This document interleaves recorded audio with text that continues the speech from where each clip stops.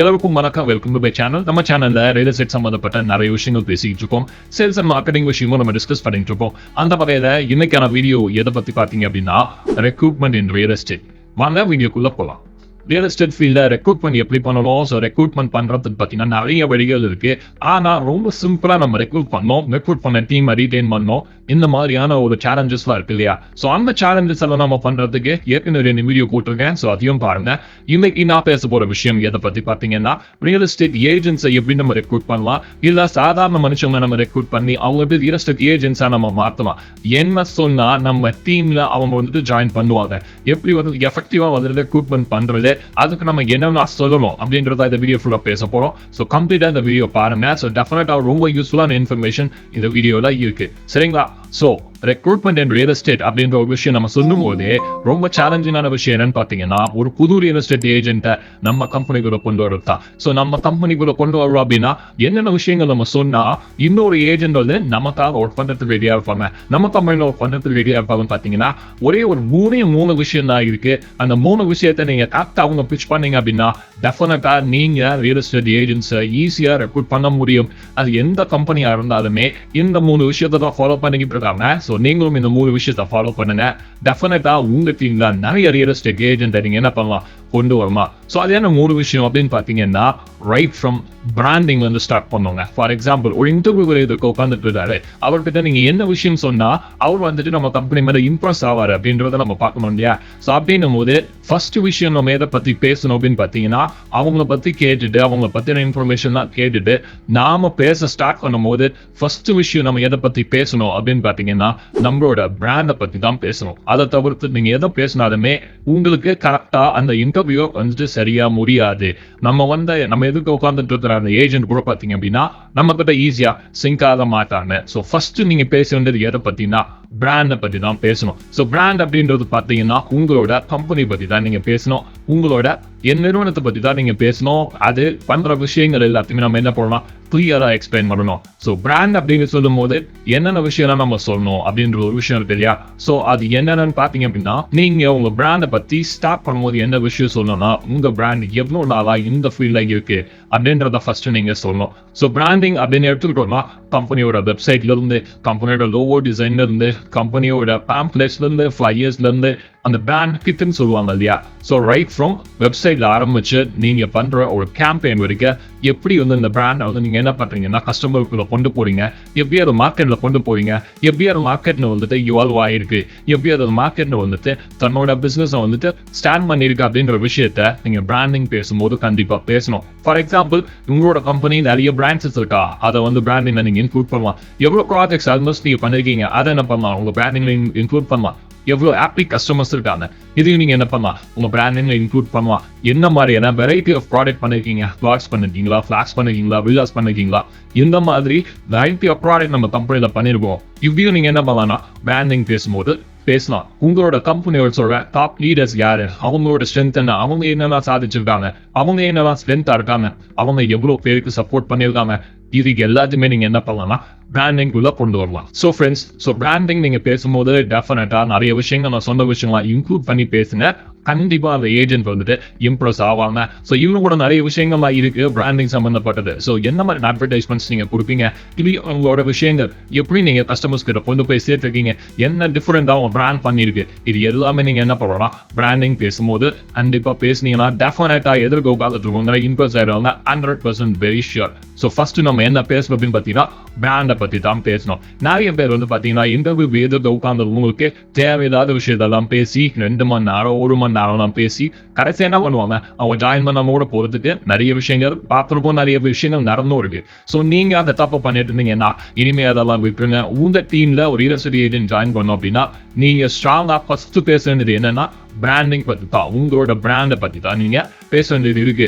So நீங்க சொல்லலாம், sir நான் வந்து இந்த கம்பெனி மேல நான் ஒரு இண்டிவிஜுவல் ஏஜென்ட் தான், ஆல்ரெடி நான் ஒரு சோலோ ஏஜென்ட் சொல்லிட்டு ஒரு வீடியோ போட்டிருக்கேன். ஸோ அதை போய் பாருங்க, டெஃபினட்டா அது உங்களுக்கு யூஸ்ஃபுல்லா இருக்கும். ஒரு கம்பெனியா ஒரு ரியல் எஸ்டேட் ஒரு பெரிய நிறுவனமா நீங்க இருக்கீங்கன்னா இந்த ஃபார்மா டெஃபினட்டா உங்களுக்கு 100% யூஸ் ஆகும். சரிங்களா?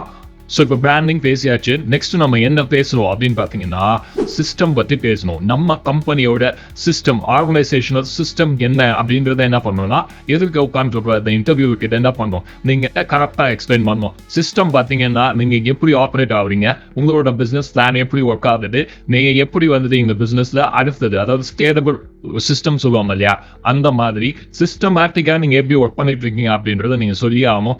உங்களோட சிஸ்டம் நீங்க என்ன பண்ணணும் அவங்களுக்கு சொல்லி ஆகணும். For example real estate company எடுத்துக்கிட்டீங்கன்னா சில பேர் என்ன பண்ணுவாங்கன்னா சேலரி எம்ப்ளாயி வச்சுட்டு பிசினஸ் பண்ணிட்டு இருப்பாங்க. சில பேர் பார்த்தீங்கன்னா ஃபுல் டைம் அசோசியேட்ஸ் வச்சு பண்ணுவாங்க. சில டைப் எந்த மாடல்லையும் இந்த பிசினஸ் பண்ணிட்டு இருக்காங்க. ஸோ எந்த சிஸ்டமா இருந்தாலுமே இன்னொரு நிறைய சிஸ்டம்ஸ் இருக்கு. எந்த சேனல் பார்ட்னர் வச்சு நிறைய பேர் பண்ணிட்டு இருக்காங்க. ஸோ இந்த மாதிரி நிறைய சிஸ்டம்ஸ் இருக்கு இல்லையா. நீங்க உங்க கம்பெனில என்ன சிஸ்டம் ஃபாலோ பண்றீங்க, அந்த சிஸ்டம் கிளியரா என்ன பண்ணணும்னா எதிர்க்கிற ஏஜென்ட் கிட்ட நீங்க புரிய வைக்கணும், அண்டர்ஸ்டாண்ட் பண்ண வைக்கணும். உங்க சிஸ்டம் நீங்க சொல்லல அப்படின்னா அவங்க என்ன பண்ண முடியாது, ஒரு டிசைட் பண்ணவே முடியாது.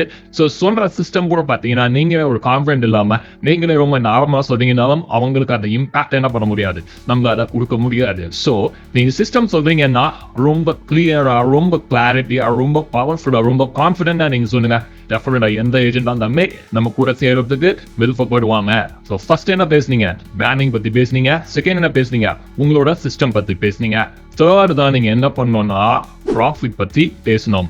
ஏன் அதை லாஸ்டா வைக்கணும் அப்படின்னு பாத்தீங்கன்னா நிறைய பேர் பாத்தீங்கன்னா எடுத்த உடனே ப்ராஃபிட் சொல்லுவாங்க. சார் நீங்க ஒர்க் பண்ணுங்க, உங்களுக்கு பாத்தீங்கன்னா 4% தரோம், 6% தரோம், இவ்வளவு சேட்டன் தரோம், இவ்வளவு இன்சென்டிவ் தரோம்னு சொல்லிட்டு எடுத்த உடனே ப்ராஃபிட் பத்தி சொல்லுவாங்க.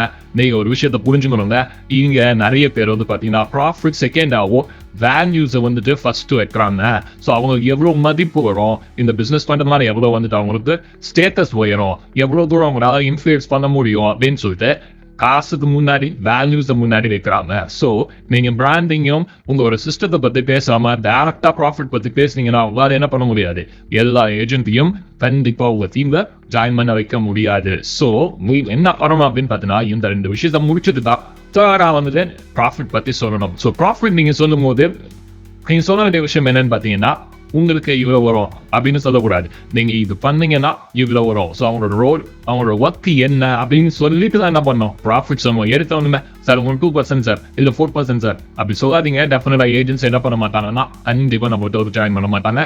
Tell them their role. அவங்க ரோலை சொல்லிட்ட பிறகு நீங்க என்ன பண்ணுங்க, அவங்களுக்கு தானே ப்ராஃபிட் சொல்லுங்க. ஸோ இப்படி தான் ப்ராஃபிட் என்ன பண்ணணும்னா எக்ஸ்பிளைன் பண்ணணும்.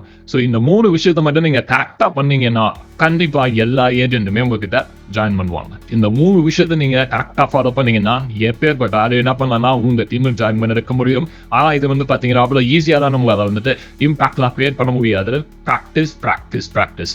3 விஷயம் நான் சொன்னேன் இல்லையா, நீங்க இந்த 3 விஷயத்தையுமே தொடர்ந்து நிறைய பேர்கிட்ட ப்ராக்டிஸ் பண்ண பண்ண பண்ண எப்படி பிராண்ட் பத்தி சொல்லுவான், எப்படி நம்ம சிஸ்டம் பத்தி சொல்லுவான், எப்படி ப்ராஃபிட் சொன்னா நம்ம டீம் நம்ம டீம்ல ஜாயின் பண்ணுவாங்க. இப்படின்னு நீங்க கண்டினியூஸா நீங்க அதை பண்ணிட்டே இருந்தீங்கன்னா டெஃபினட்டா ஒரு நாள் நீங்க பார்க்கலாம் அத்தனை பேருமே உங்க டீம்ல கண்டிப்பா ஜாயின் பண்ணிருப்பாங்க. 100% ஷியோர்.